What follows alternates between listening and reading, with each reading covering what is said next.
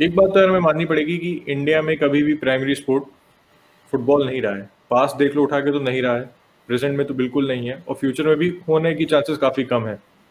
हमेशा से cricket football से आगे रहा है, भले आप नंबर्स देख लो, लोग स्टेडियम जाना देख लो, और इनकम की तो बात ही छोड़ दो, दैट इज बहुत ज्यादा अंतर है उसमें। तो हमें ये बात एक्सेप्ट करनी पड़ेगी, और उस हिसाब से हमें एक प्लान बनाना पड़ेगा कि हमें अपना फुटबॉलिंग नेशन, फुटबॉलिंग कह सकते हो जो हमारा कल्चर है, उसको कैसे डेवलप करें भाई। क्योंकि लोग कंपैरिजन करते हैं, सबसे जो एक एविड कंपैरिजन आता है विच इज बेल्जियम की, भाई बेल्जियम जो है 75 से फर्स्ट रैंकिंग चला गया 10 से 15 सालों के उसमें, तो इंडिया क्यों नहीं कर सकती भाई। तो इंडिया बेल्जियम में बहुत ज्यादा अंतर है यार। मैं ऑब्वियस फैक्टर्स नहीं ले रहा हूँ, मैं पॉपुलेशन वगैरह की बात नहीं कर रहा, इन्वेस्टमेंट की बात नहीं कर रहा। मैं कह रहा भाई बेल्जियम में primary sport is football, England में primary sport is football, Germany में प्राइमरी स्पोर्ट इज फुटबॉल भाई। इंडिया में ऐसा नहीं है। तो मैं आज हम ऐसी नेशंस की बात करेंगे जिन्होंने अपनी लीग काफी अच्छे से डेवलप की है, जहाँ पे कह सकते हो एकदम primary sport out and out football नहीं, और भी स्पोर्ट्स खेले जाते हैं। और क्या दिक्कतें हैं आईएसएल में, थोड़ी बाहर की लीग से सीएसएल वगैरह से कंपैरिजन करेंगे, एमएलएस से कंपैरिजन करेंगे, जे लीग की थोड़ी सी बात करेंगे भाई, ए लीग की भी थोड़ी सी बात करेंगे।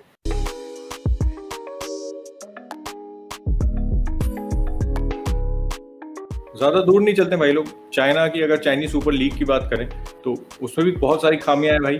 उससे हमें क्या सीखना चाहिए और क्या पॉइंट्स हमें बिल्कुल नहीं उठाने चाहिए, उनकी उस पर थोड़ा सा फोकस करें तो भाई 2010 में कह सकते हो चाइना में काफी इन्वेस्टमेंट होने लगा था फुटबॉल में। उसके पहले काफी डायर स्थिति थी फुटबॉल में। 2002 में चाइना वर्ल्ड कप के लिए में क्वालिफाई की थी और खेली थी, लेकिन तीनों मैच हार गए थे, एक भी गोल नहीं मारा था। तो obviously very inspiring for a nation like China, जो भाई ओलंपिक्स में इतना तगड़ा परफॉर्म करती, बाकी स्पोर्ट्स में इतनी आगे, और फुटबॉल में इतने पीछे होना, तो वो भाई हमारे जी भाई साहब को रास नहीं आया। उन्होंने 2016 के अराउंड एक प्लान बनाया था। बेसिकली उन्होंने सोचा 2020 तक जो उनकी आउटलाइन थी कि 20,000 फुटबॉल ट्रेनिंग सेंटर बनाएंगे भाई, 70,000 पिच बनाएंगे लोगों के लिए 2020 तक, एंड 2030 तक उन्होंने एशिया में एक कह सकते हो one of the most competing Nations, basically Iran और बाकी हमारे जो जैसे साउथ कोरिया, जापान, इन सबको टक्कर देने की one of the best teams in Asia, basically to qualify for a world cup again.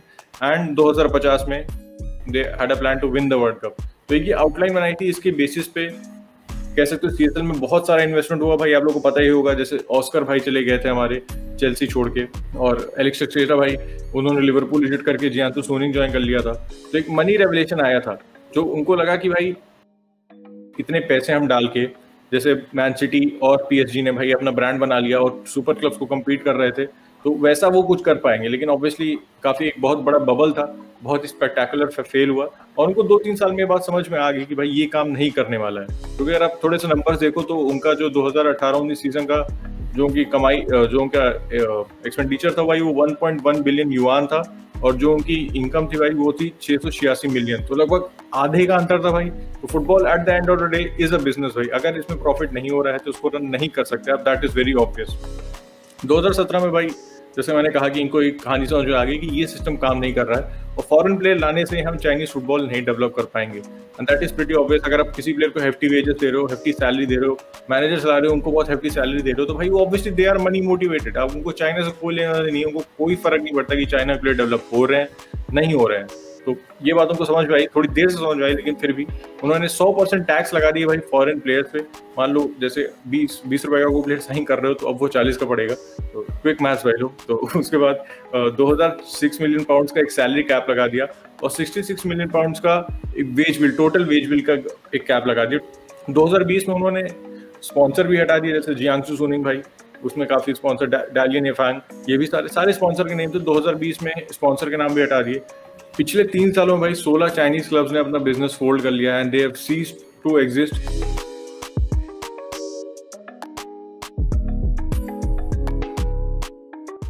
स्थिति बहुत खराब है भाई, और ऐसे कुछ सिमिलर, नॉट एग्जैक्ट, लेकिन कुछ सिमिलर में आईएसएल में देखने को मिलता है भाई। अभी जैसे अगर आप श्री सीमेंट का एग्जांपल ले लो, तो स्पॉन्सर नेम ईस्ट बंगाल को पैसे लगा के एससी ईस्ट बंगाल बना दिया गया, उनको आईएसएल में लाया गया। ठीक है, मैं कह रहा हूँ उन्होंने पैसे दिए, they have the right to do so, लेकिन क्या श्री सीमेंट्स एक्चुअली इंटरेस्टेड है फुटबॉल में? जैसे चाइना में सोनिंग ग्रुप है भाई, डालियन ग्रुप है भाई, क्या ये सब एक्चुअली इंटरेस्टेड है फुटबॉल में भाई? मुझे नहीं लगता है। श्री सीमेंट्स भी ऑन द सेम टॉपिक, मुझे नहीं लगता फुटबॉल में इतना इंटरेस्टेड है, क्योंकि football is a community sport भाई। फुटबॉल अगर जो क्लब्स अगर आपको रन करने हैं तो आपको कम्युनिटी के साथ रहना होगा, कम्युनिटी के लिए आपको कुछ करना पड़ेगा। अगर आप इंग्लैंड में एग्जांपल दो तो लेस्टर सिटी के अगर आप देखोगे तो it's a very good club, very well run club, जो कम्युनिटी के लिए बहुत कुछ करता है भाई।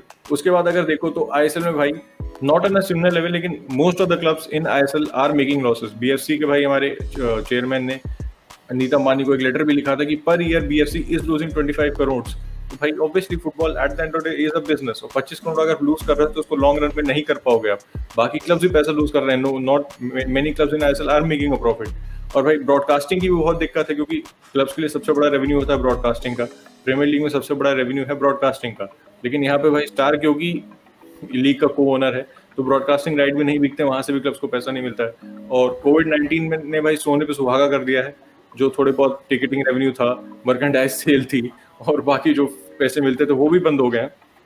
लेकिन ऐसा नहीं कह रहा हूँ कि ISL is a spectacular field. बहुत फायदे भी किए हैं भाई आईएसएल ने, मार्केटेबिलिटी बहुत बढ़ाई है, लोग बात कर रहे हैं इंडियन फुटबॉल के बारे में, लोग अवेयर हैं इंडियन फुटबॉल के बारे में, इंडियन क्लब्स के बारे में। और आई लीग में देखो तो यार ब्रॉडकास्टिंग नहीं थी, इन्वेस्टमेंट भी नहीं था, क्राउड्स नहीं थे, तो आईएसएल ने कुछ चीजें सही की हैं।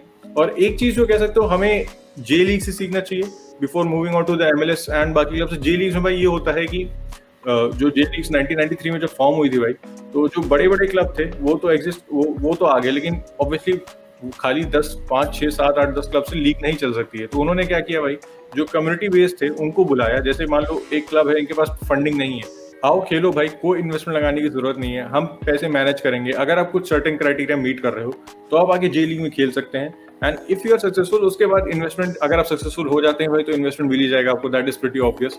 तो ये एक मॉडल है जो कह सकते हो इंडिया को भी थोड़ा सा अडॉप्ट करना चाहिए। अभी तो हम इससे काफी आगे आ गए हैं, लेकिन अभी भी गाड़ी इतनी आगे नहीं गई है कि हम कुछ चीजें सही नहीं कर सकते। सीएसएल भी करने की कोशिश कर रहा है अचिंत। तो क्या लगता है कि आईएसएल में क्या चेंजेस करने चाहिए, और हम एमएलएस और बाकी लीग से क्या सीख सकते हैं जहां पे कह सकते हो मेन स्पोर्ट फुटबॉल नहीं है?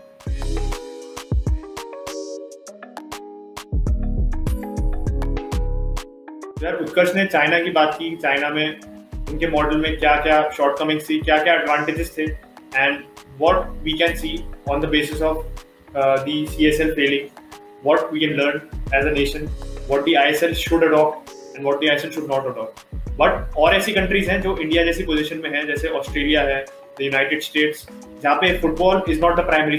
तो एक हमने मॉडल देखा which you can sort of justify that ISL ने जो नॉकआउट फॉर्मेट अडॉप्ट किया था, विच इज दैट आप एक सर्टेन पॉइंट के बाद league Khelo and after on the basis of your league standings आप एक प्लेऑफ्स में खेलोगे एंड अल्टीमेटली जो प्लेऑफ्स में जाके फाइनल होगा and the winner gets a cup. तो जो नॉकआउट फॉर्मेट अडॉप्ट कर लिया था, which is not the traditional league format जो यूरोपियन फुटबॉल में हमें देखने को मिलता है, even J league for that matter. तो आप ये कह सकते हो it was more of a necessity, जिससे लोग थोड़े नॉकआउट फुटबॉल से ज्यादा अट्रैक्टेड होते हैं। हेंस व्हाई कि यूरोज में इतना एक्साइटमेंट होता है, चैंपियंस लीग से इतना एक्साइटमेंट होता है। लोग जनरली नॉकआउट फुटबॉल से और शॉर्ट टर्म फुटबॉल से ज्यादा एक्साइटेड होते हैं, क्योंकि आपको सरप्राइजेस देखने को मिल सकते हैं। Initially you can justify that as being a good model approach, but अब मैं यूएस का एग्जांपल मेनली देना चाहूंगा कि यूएस में क्या हुआ। तो यूएस में बिफोर द एमएलएस एक एनएएसएल होती थी, नॉर्थ अमेरिकन सॉकर लीग होती थी, which ran until 1985। तो उसका एक बहुत पॉपुलर क्लब था न्यूयॉर्क कॉस्मोस, जिसमें पुराने लेजेंड जैसे पेले, जॉर्ज बेस्ट, फ्रांस बेकेनबावर सब जाके खेल चुके थे।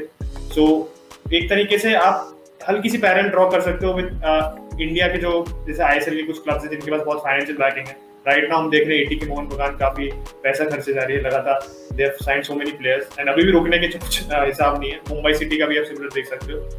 तो उससे क्या हुआ था कि अराउंड द 1980s जब धीरे धीरे when the league was sort of facing a lot of economic challenges, क्या हो रहा था कि ओवर एक्सपेंशन ज्यादा हो रहा था, lot of teams were coming up, lot of teams were trying to compete with New York Cosmos. New York Cosmos का ये था कि they had a very rich owner and owner वो मनी पंप कर सकता था, he could afford to manage players like Pele and Franz Beckenbauer, उनकी salaries दे सकता था। इसलिए वो लोग छोड़ के, मतलब अच्छी कंपटीशन छोड़ के, ब्राजील में, यूरोप में छोड़ के, that is why they were coming to the US.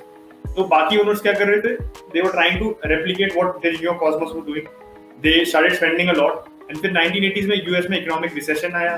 Recession से जो अनएम्प्लॉयमेंट था बहुत बढ़ गया था, तो नेचुरली ओनर्स के पास पैसा began to run out and they could not no longer sustain it and gradually 1985 में ओनली 2 ओनर्स रिमेन जो खेलना चाहते थे रेगुलरली, जो actually could afford to play, and बाकी सारी teams had pulled out. So 1985 में you could say it all came tumbling down, जैसे चाइना में हो रहा है।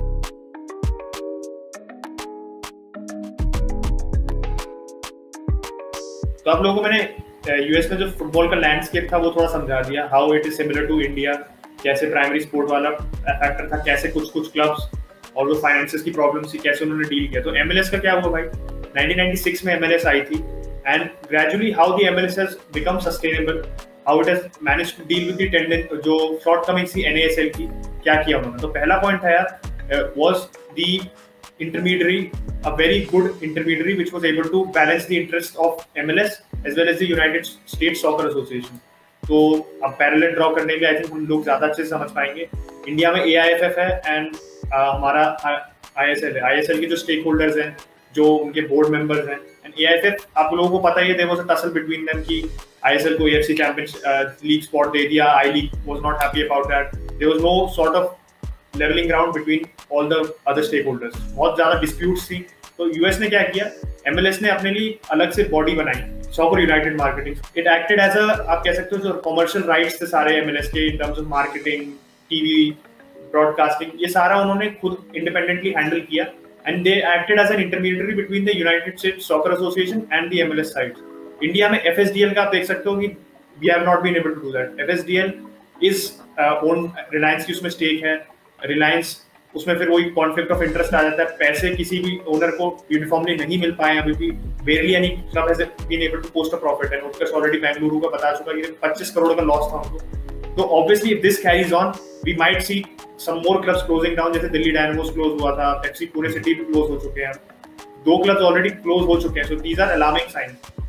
एक और मैं बात करना चाह रहा था which was about developing the players. तो आप लोगों ने देखा होगा कि यूएस के काफी प्लेयर्स अब इमर्ज होकर आ रहे हैं, जैसे वेस्टर्न मैकेनी है, सर्जिनियो डेस्ट है, क्रिस्टियन प्यूलिसिच है, ये सब प्लेयर्स, टाइलर एडम्स है, ये सब प्लेयर्स हमारे को चैंपियंस लीग में देखने को मिल रहे हैं। वी आर एबल टू सी कि यूनाइटेड स्टेट्स की टीम भी यहाँ कुछ आगे जाके वर्ल्ड कप में अच्छा कर सकती है। तो इसमें भी एमएलएस का कुछ कहीं ना कहीं हाथ है कि एमएलएस ने starting from last season 2020-2021 season में से उन्होंने एमएलएस नेक्स्ट एक अपना डेवलपमेंटल लीग शुरू करी फ्रॉम अंडर 13 टू अंडर 19। तो अगर आप लोगों ने हमारा वेकअप AIFF वाला वीडियो देखा होगा, उसमें we did mention that India में ISL should start an developmental league जो इंडिपेंडेंटली रन हो, एंड जिसमें सारे जो बी साइड्स हैं या जूनियर साइड्स है खेल सके ISL क्लब की along with the I league clubs, जिससे एक कॉम्पिटिटिव लेवल मेंटेन रहे until the time they come to the ISL। तो एक आपको रेगुलरिटी ऑफ गेम्स मिले, आपका गेम और जल्दी डेवलप हो। तो ऐसा ना हो कि हमारे को 22 साल के जो उम्र में बंदा डेवलप होना चाहिए वो जाके 26-27 साल की उम्र में डेवलप हो रहा है। कि हम ग्लैन मार्टिन जैसे कुछ प्लेयर्स हैं जो यंग कहते हैं, almost turn 27, I think he's turned 27, and at this time if he was a European player you would be expecting him to be in his peak। MLS next ने क्या किया, तो 489 teams were set up by 113 clubs, जिसमें सारे आपके under 13, under 15, under 16, under 19 सब teams आ जाती हैं, एंड दे कॉन्फ्रेंसेस में डिवाइड करके, आपको यूएस में यही चलता है, कॉन्फ्रेंसेस में डिवाइड कर देते हैं, रीजन्स में डिवाइड करके इनको कंप्लीट करा। इससे क्या हुआ है कि वहाँ पे कम्युनिटी स्पिरिट एक तो बिल्ड हुआ इन द सेंस ऑफ कि लोकल राइवलरीज बढ़ी, क्योंकि रीजन्स में डिवाइडेड है तो लोकल राइवलरीज बढ़ती है, लोगों का इंटरेस्ट बढ़ता है, एक लेवल ऑफ कॉम्पिटिशन आता है। तो जनरली लोग सोचते हैं कि हाँ भाई कुछ हो रहा है, हमें देखना चाहिए जाके। एक तो ये बड़ा जो क्वेश्चन एक पॉइंट रखा था, प्लस ये था कि players are getting develop from the very young age. तो बहुत प्लेयर्स के लिए एवेन्यूज ओपन हो रहे हैं यूरोप में आने के, जो आप कह सकते हो इस समय is the ultimate destination for any footballer Europe ही है। तो यूरोप में पाथवे बहुत अच्छी ओपन हो रहे हैं। तो आई थिंक ISL को has to learn from this angle. उन्होंने एक सस्टेनेबल मॉडल प्रोवाइड करना चाहिए। They have to have a developmental model जो शुरू से फोकस करे, नॉट जस्ट कि भाई एक लीग रखे जिसमें नॉकआउट फॉर्मेट होना चाहिए। आई थिंक उससे हम आगे बढ़ चुके हैं। I think we sufficiently build a crowd, now it's time to focus on the players and develop the league for the benefit of the Indian football team. ये बात तो बिल्कुल सारे पॉइंट्स एग्री करते हो कि मार्केटेबिलिटी तो अच्छी कर ली ISL ने। अब समय है कि ये जो असली चीजें हैं भाई उसको एड्रेस किया जाए, क्योंकि वही अगर एड्रेस करोगे तो ही हम सक्सेसफुल हो पाएंगे, नहीं वरना जो अभी हमारा हिसाब है भाई ये बहुत ज्यादा प्रॉफिटेबल बिजनेस नहीं है। प्रॉफिटेबल बिजनेस जो नहीं होता है वो आपको पता है बंद हो जाता है भाई। तो अगर आपको यार वीडियो अच्छा लगा हो तो नीचे देखिए लाइन लिखी होगी, please like and don't forget to subscribe. तो करना ना भूलिएगा, क्योंकि काफी लोग करना भूल जाते हैं भाई लोग। वीडियो अच्छा लगा हो तो लाइक करना, सब्सक्राइब करना, and will catch you in the next one. Bye bye.